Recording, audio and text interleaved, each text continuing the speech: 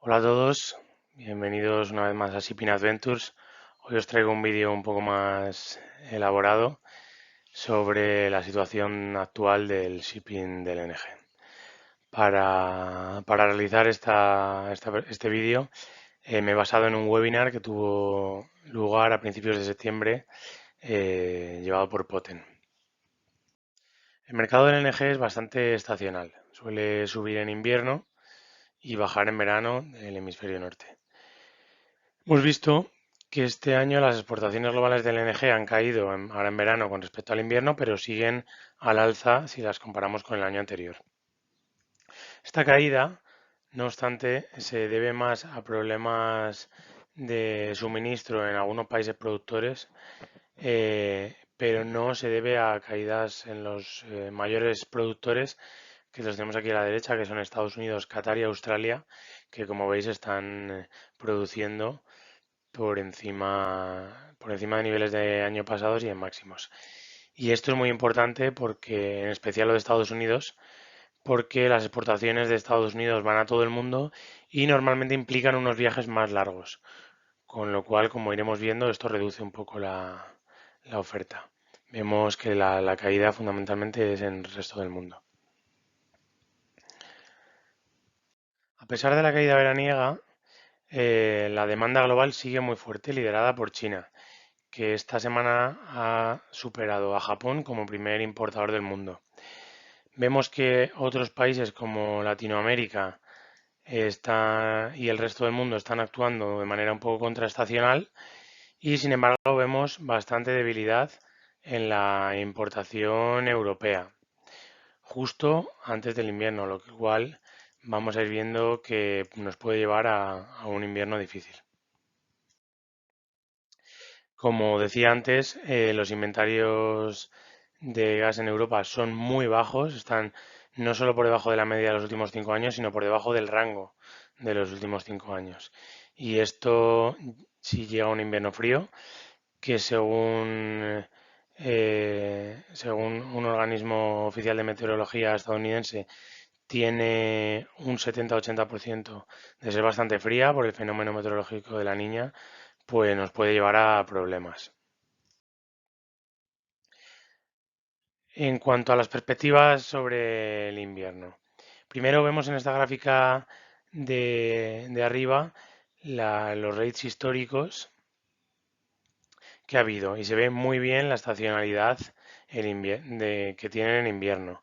Vemos que no se suelen llegar a recuperar normalmente, por aquí digamos, pues ya hasta septiembre, octubre. Sin embargo, este año hemos visto rates mejores en la primera parte del año, superiores en todo caso a los de los años anteriores. Y esto tiene que ver con que a principio de año para asegurarse barcos se han contratado muchos charters, como vamos a ver luego. Esto tiene implicaciones para el invierno, ya que esta disponibilidad de barcos va a ser muy reducida, lo que podría hacer que se dispararan los rates.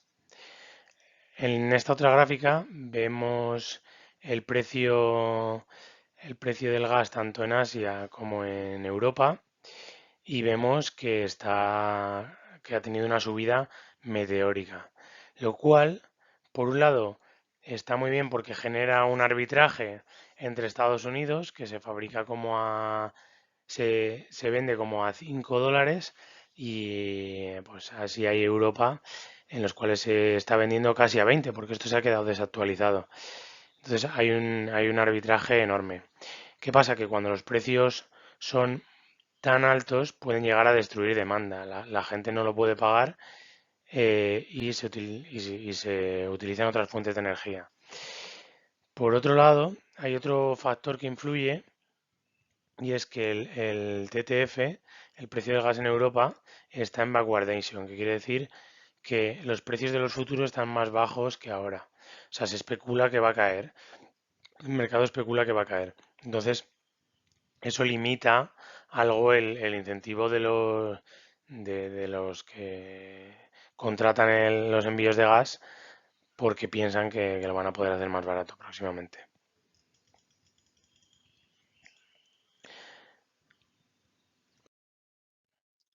Bueno, Ahora nos vamos a centrar un poco en las exportaciones en Estados Unidos. Lo primero es, se ve aquí muy bien, es que se han convertido en el swing producer que se llama del mercado. Es decir, cuando la caída del COVID, cuando el mercado no quiso el NG, esta caída, su mayor parte, fue absorbida por Estados Unidos, que tienen esta posibilidad de protegerse con contratos take or pay. Por otro lado, vemos que una vez ha vuelto a la normalidad, Estados Unidos ha recuperado su, su producción normal. Entonces, por un lado, los envíos de Estados Unidos pueden ir a cualquier parte del mundo, lo cual les permite enviar a los cargos donde son mejor pagados.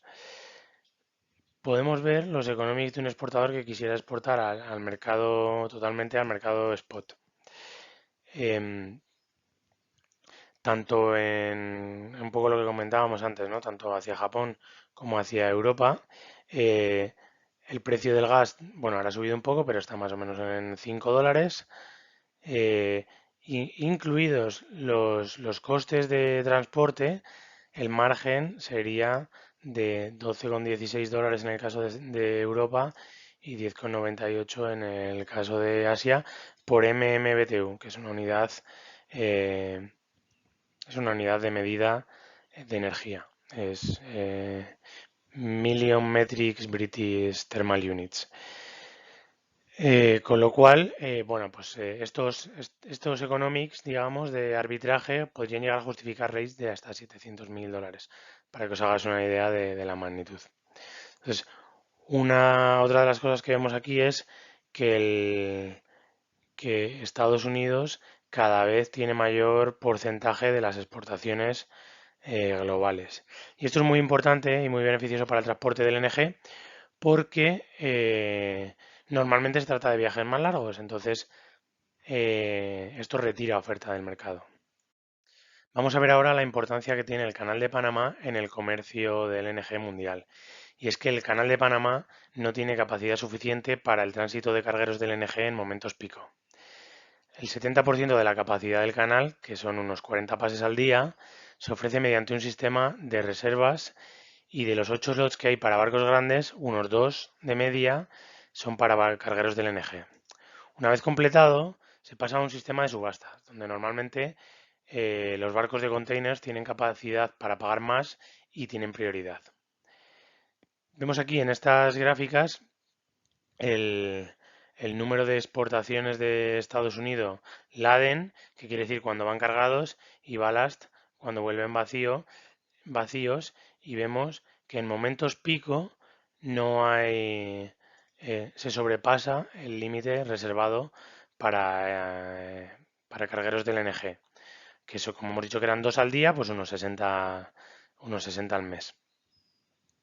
Esto en cuanto a las exportaciones de Estados Unidos. Y aquí abajo vemos lo que es el uso del canal para, para el tránsito de barcos del LNG, en comparación con la ruta a través del canal de Suez o del Cabo de Buena Esperanza. Entonces, aquí tenemos a la derecha una comparación de lo que, de lo que sería a una velocidad igual, ida y vuelta y 2 días en el puerto para carga y descarga, de lo que sería un viaje de Estados Unidos a Japón por el canal de Panamá, que son unos 58 días, por el canal de Suez 87 días y por el Cabo de Buena Esperanza 95 días. Lo cual eh, quiere decir que todos estos cargos que no vayan por el canal de Panamá van a retirar muchísima oferta del mercado porque van a tener para un mismo viaje van a necesitar muchos más días. Bueno, vamos a ver un poco cómo está la oferta para este invierno. En esta gráfica vemos en función de la duración de los contratos que se han firmado para cada mes de los últimos 2 años. Spot Single Voyage se refiere a menos de 60 días, Multi Voyage a entre 60 y 180, Short por encima de 180, es decir, por encima de medio año, medio entre 3 y 7 años y largo por encima de 7 años. Entonces vemos que en los últimos meses, en amarillo, vemos que se han estado firmando contratos de más de medio año. Se ha estado firmando también cosas a spot a corto plazo, ¿vale? Sobre todo aquí vemos que es el mayor porcentaje del total, pero se han retirado muchos barcos del mercado justo cuando llegamos a la parte más alcista del año. Vemos aquí los poquísimos barcos disponibles que se vienen para el invierno. Ahora mismo estamos por aquí en septiembre, todavía hay barcos disponibles para contratar a spot, pero llegamos a la parte donde hay normalmente es más estacional, es más alcista porque hay mayor demanda y encima llegamos con la oferta en mínimos. Bueno, vamos a ver ahora la estimación de rates que hace esta gente de Poten.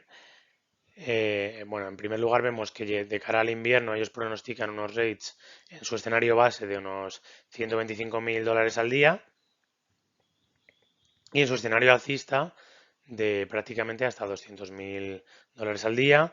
Luego pronostican la típica caída veraniega, aunque este año un poco más baja que el año que viene, un poco más baja que la de este año. Y luego unos rates pues en torno a 60-70.000 para los próximos años. Vemos que haciendo la regresión entre el número de barcos disponibles en spot y los rates diarios, que deberíamos estar en vez de en los 68.000 que estamos ahora, más cerca de los 80.000. Pero bueno, probablemente cuando este número de barcos disponibles se reduzca, se ajuste más a la regresión. Entonces, esto es muy importante para una compañía de la que expuse la tesis en análisis de inversión, que es FlexLNG. FlexLNG tiene ya unos contratos firmados muy buenos a largo plazo y tiene parte de exposición a spot para este invierno. Yo lo que sospecho es que cuando llegue el invierno y los rates empiecen a subir, ellos firmen contratos de largo plazo para fijar toda la flota.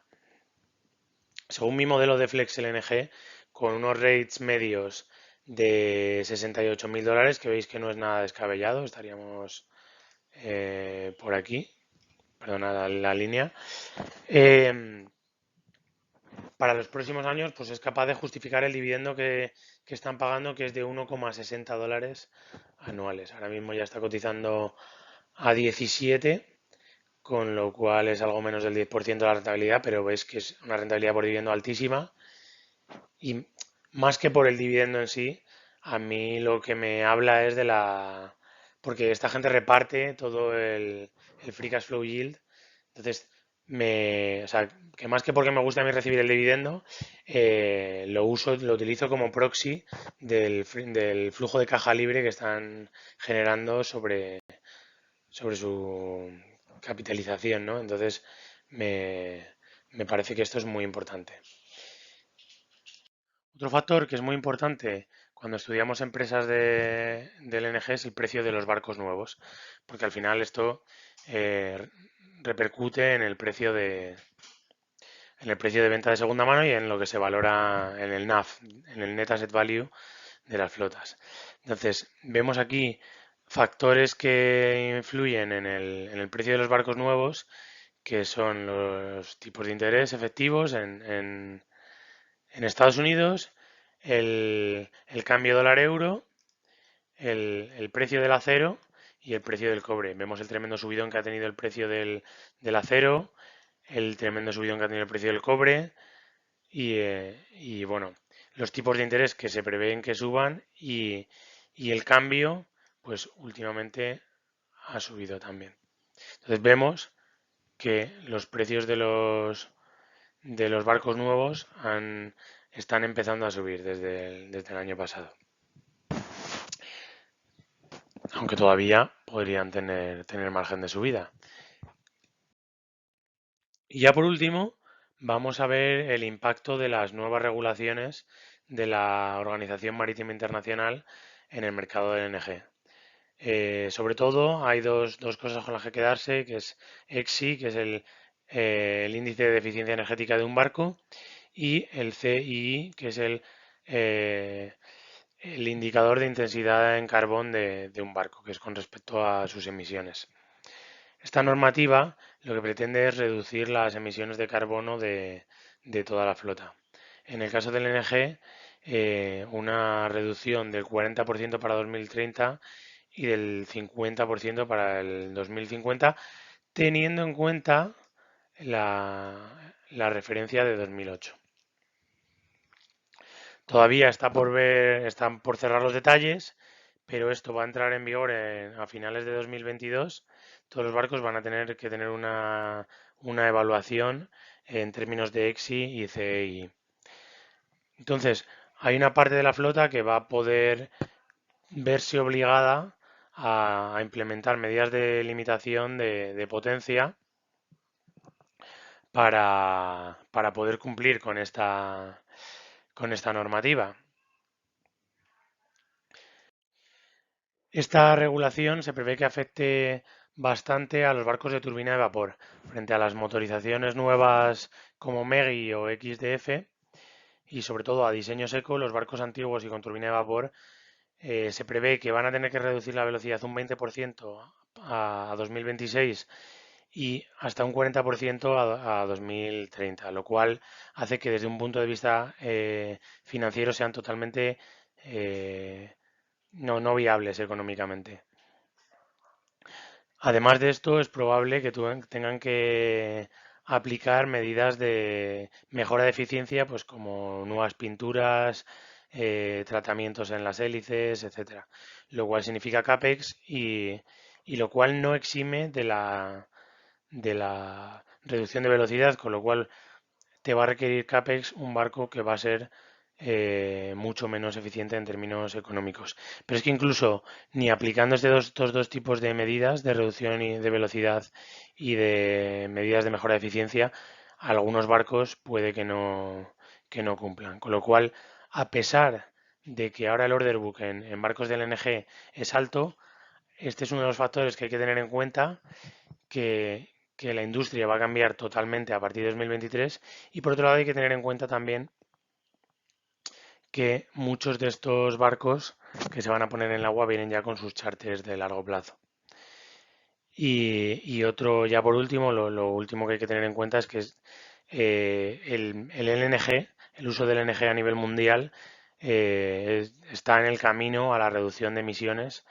O sea, el primer paso para acabar con el carbón es fomentar el LNG, además de las nucleares, pero parece que no está teniendo mucho éxito, con lo cual la demanda va a crecer a unas tasas muy altas y los factores que hemos visto hacen que la oferta de barcos vaya a ser moderada, con lo cual creo que el futuro es brillante, en especial para empresas pues como Flex LNG, que tiene la mejor flota, una flota muy moderna, eco, con mejores economics y sobre todo con una directiva muy alineada y con una asignación de capital brillante. Espero que os haya gustado. Si me dais un like, me hacéis un favor para que este vídeo llegue a más gente. Y nada, espero que os haya gustado. Dejarme un like, un comentario y compartir. Un saludo.